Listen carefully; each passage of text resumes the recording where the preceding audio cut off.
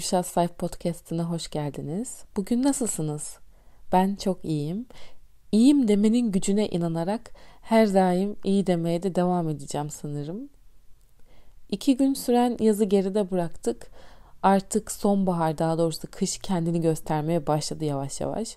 2 gün süren yaz diyorum çünkü ben de dahil olmak üzere bu yazın herkes için kısa ve vasat geçtiğini düşünüyorum.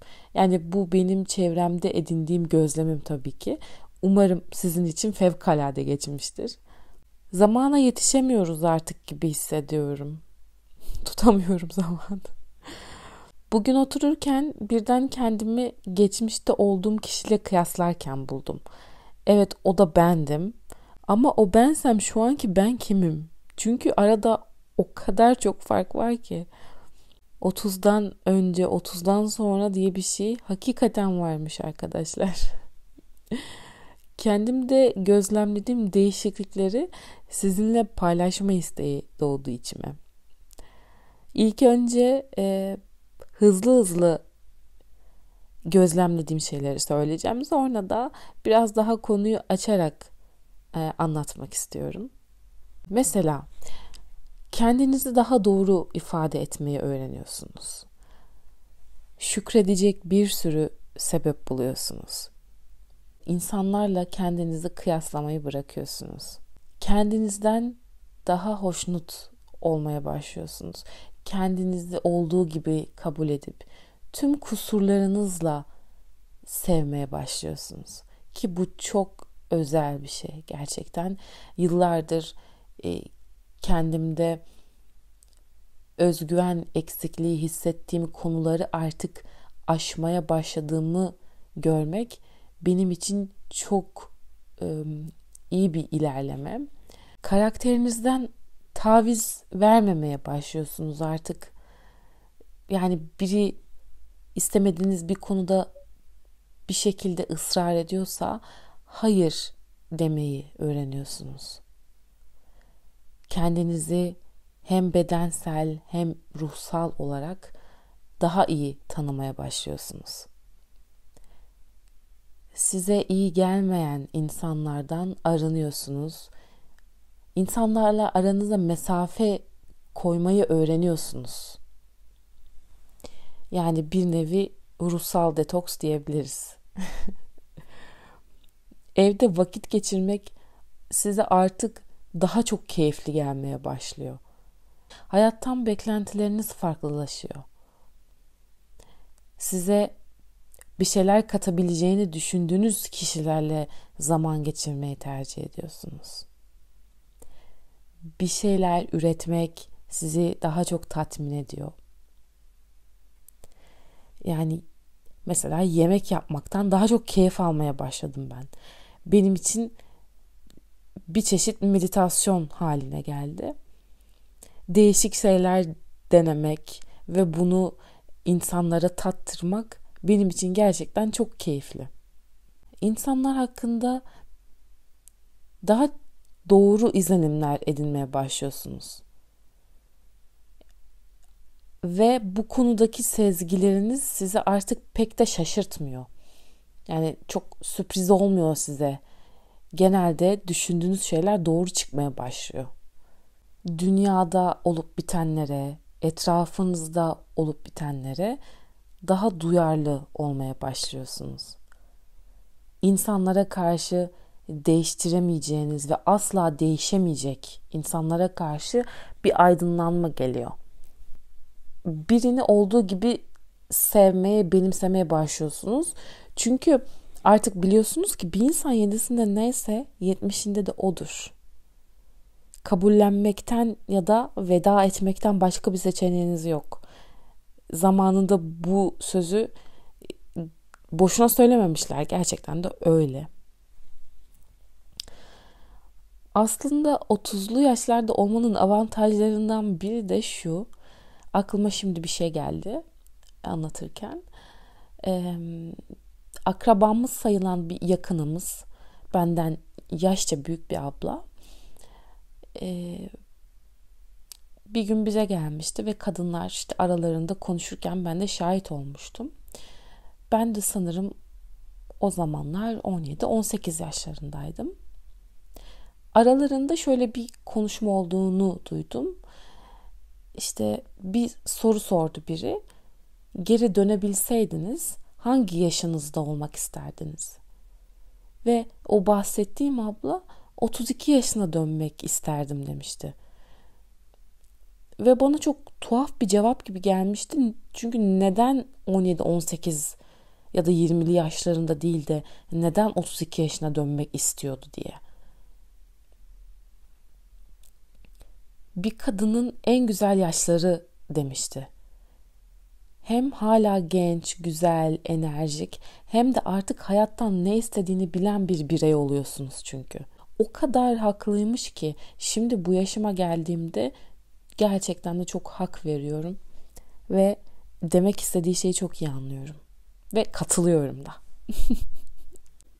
Bir de geçmişimde kalan bir kadın, yani geçmişimde kalan bir kadın demeyeyim. Eski erkek arkadaşımın annesi çiçek sevmeyen kadın olur mu ya demişti bana. Çünkü evimde çiçek bakmamı söylediğinde ona şunu demiştim. Ay yok ben çiçek sevmiyorum. Ay yok falan demiştim. Aslında onun Türkçesi şuydu. Ben ona bakamam. O sorumluluğu alamamdı bunun Türkçesi. Tabii o zaman başka aklınız başka yerlerde, başka şeylerde, odaklanma problemi var. İşte o da bir canlı, bir bitki, yaşatamazsam düşüncesi, işte onunla uğraşmak, sulamak, düzenli bakmak vesaire. Bunlar zor gelen şeyler. Yok ben ona bakamam falan demiştim. Onu bir yadırgamıştı. Şu an aklıma o geldi. Günümüze dönecek olursak şu anda mesela odamda 6 tane 7 tane çiçekle yaşıyorum. Bu şu demek. Eskiye göre daha sabırlıyım. Daha bir şeyleri yaşatabileceğim konusunda kendime güveniyorum. Daha özveriliyim demek. Çiçeklerle konuşan kadınlara eskiden çok gülerdim. Komik gelirdi. Şimdi aynısını yapmak bana çok iyi geliyor. Çok iyi hissettiriyor. Doğaya karşı daha nazik, daha anaç ruhlu, daha duygusal oldum sanırım. Artık etrafıma daha dikkatli bakıyorum. Bakmayı öğrendim. Eskiden etrafıma dikkatli bakmıyormuşum. Bunu fark ettim. Bir sokaktan geçerken sağımdaki solumdaki binalara bile dikkat etmezdim. Her gün önünden geçtiğim evin aslında ne kadar harabe olduğundan bile bir haberdim. Ya da işte evin önünde günlerdir duran park edilmiş arabanın rengini bile hani hiç umursamazdım. Hiç dikkat etmezdim. Ama şu anda hayata daha sıkı sarıldığımı ve her şeyi daha dikkatli bakmayı, doğanın huzurunu hissetmeyi, ağaç yapraklarının birbirine değerken çıkardığı yağmura benzeyen sesi bile duyabiliyorum artık. Eskiden piknik yapmayı bile sevmezdim. Çünkü doğanın o muhteşem güzelliğinden zevk almak yerine yerdeki karıncaya, börtü böceğe takardım kafayı. Şimdi o karıncaların bile Yaradan'ın harika bir eseri olduğunun bilincindeyim. Ve soluduğum havadan, soluyabildiğim her nefesten dolayı şükürle doluyum. Her anımı dolu dolu geçirmeye çalışıyorum. Sanki bir şeyi eksik yaparsam hayatımın bir günü boşuna geçmiş hissi geliyor içime. Yediğim yemeği bile sadece doymak için yememeyi öğrendim mesela. Tadını çıkartıyorum. Nasıl bir his biliyor musunuz? Sanki yakında öleceğini öğrenen bir insanın son zamanlarını dolu dolu geçirmek istemesi gibi. Asla bir dakikan bile boşa geçirilmiş olmamalı hissiyatı. Uzun zamandır gitmek istediğim o konsere bilet alıp gitmek gibi acelelerim olmaya başladı. Bu durumdan hiç şikayetçi değilim bu arada. Gerçekten çok iyi bir farkındalık geliyor hayatınıza bunları düşündükçe. Son 2-3 yıldır yaptığım meditasyonlarında hayatıma çok şey kattığı gerçeği de var. Daha dingin, daha sakin, daha anda kalmamı sağlayan her şeye minnettarım. Birçok şey eskisi kadar üzmüyor artık beni. Yani hayat bir yol, biz de gelip geçen bir yolcuyuz gibi düşünürsek, inanın ki günlük kaygılarınızın çok anlamsız olduğunu siz de fark edeceksiniz. Kendimde fark ettiğim diğer bir şey de ben kendime yeterim. Ben kendimin en iyi arkadaşıyım düşüncesi. Bunu cidden lafta söylemiyorum. Kendimle barışık olmada çok büyük gelişmeler kaydediyorum. Bu şey değil. Hadi tek başıma dışarı çıkıp kendimle yemek yiyeyim, kendi kendime kalayım olayı değil. Eskiden kendimle barışık olmayı böyle bir şey sanıyordum. Daha doğrusu yalnız vakit geçirince tamam ben kendimden sıkılmıyorum diye düşünüyordum. Ama benim bahsettiğim bu kadar sığ bir düşünce değil. Artık hayatta kalabilmek için birine ihtiyacım olduğunu düşünmüyorum. Her sorunun altından kalkarmışım gibi geliyor artık. Tabii ki ailem çok önemli. Aile her şeydir. Asla da eksik olmasın başımızdan. Ama bir noktada artık kendi kanatlarınızla uçma vaktiniz geliyor ya. Bu sadece meslek, iş, kariyer, para anlamında değil.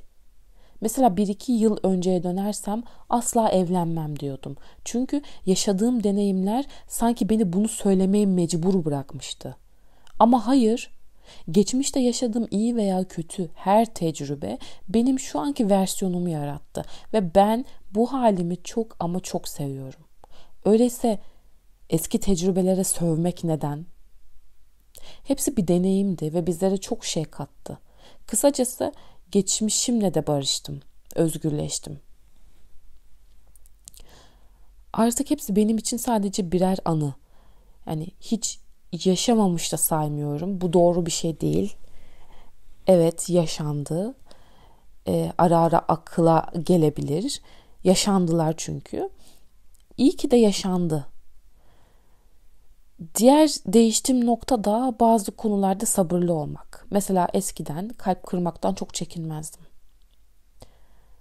Pat pat pat pat pat lafları yani söylerdim. Şimdi daha sakin, temkinli, gerçekten karşımdaki insana empati yapmayı, kalbini kırmamayı öğrendiğimi düşünüyorum. Daha doğrusu hadi öğrendim de demeyelim de daha çok çabaladığımı fark ediyorum. Artık çevremi, yaşadığım ortamı güzelleştirmek ilgi alanlarımdan birisi. Bilirsiniz ki boğalar biraz tembeldir. Ben de bir boğa olarak her gün yatağımı toplamaya bile üşenen biriyken şu an mümkün olduğunca günlük rutinim olarak işte odamı toparlamayı seviyorum. Evet seviyorum, zoraki değil. İşte değiştiğimi söyleme sebebim tam olarak da bu. Artık yaptığım her şeyden zevk alıyorum. Haftanın 2 günü pilatese gitmek artık benim için eziyet değil. Daha çok kendim için yaptığım en iyi şeylerden biri olduğunu düşünüyorum. Müzik zevkim bile değişti desem. Renk zevkim değişti, giyim zevkim değişti.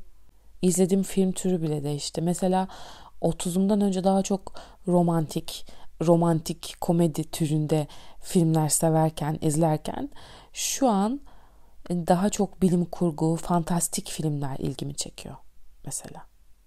Okuduğum kitap türü değişti. Eskiden yine aynı şekilde daha çok çerezlik kitaplar, daha doğrusu çerezlik demeyeyim.